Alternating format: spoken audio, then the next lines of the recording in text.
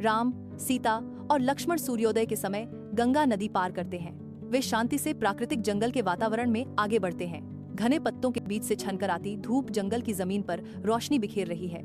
Ram Bhardwaj PC के आश्रम पर आते हैं। शिव भारद्वाज शांत भाव से बैठे हैं। उनके चारों ओर शांति और ज्ञान का वातावरण है। राम विनम्रता पूर्वक उनके सामने खड़े हैं, हाथ जोड़कर उनकी सलाह को ध्यान से सुन रहे हैं। भारद्वाज से कहते हैं, राम, चित्रकूट आपके लिए एक उत्तम स्थान होगा। वहाँ प्रकृति की शांति और सुंदरता आपको शांति प्रदान करेगी। मैं आपकी आज्ञा का पालन करूंगा। शी, आपकी सलाह मेरे लिए मार्गदर्शन का स्रोत है।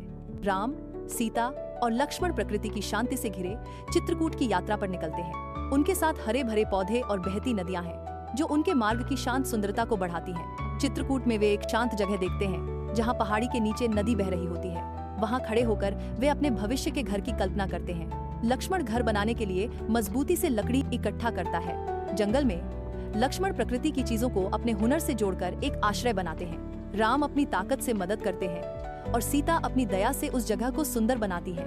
एक साथ वे जंगल को सुरक्षित और सुंदर जगह बना देते हैं। देखते ही देखते वह बहुत सुंदर कुटिया बना लेते हैं, जो फूलों और पत्तियों से सजी होती है। सीता कुटिया के बाहर फूलों से सजावट कर रही हैं और उनके चेहरे पर प्यारी मुस्कान है। सूरज की नरम किरणों में शी की पत्नी सीता से जंगल के राज बताती है।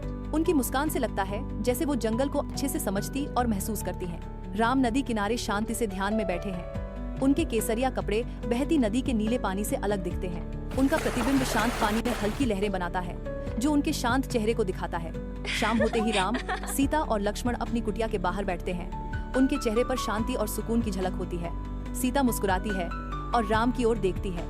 उनकी आंखों में गहरे भाव हैं और चारों ओर रोशनी नरम और गर्म महसूस होती है।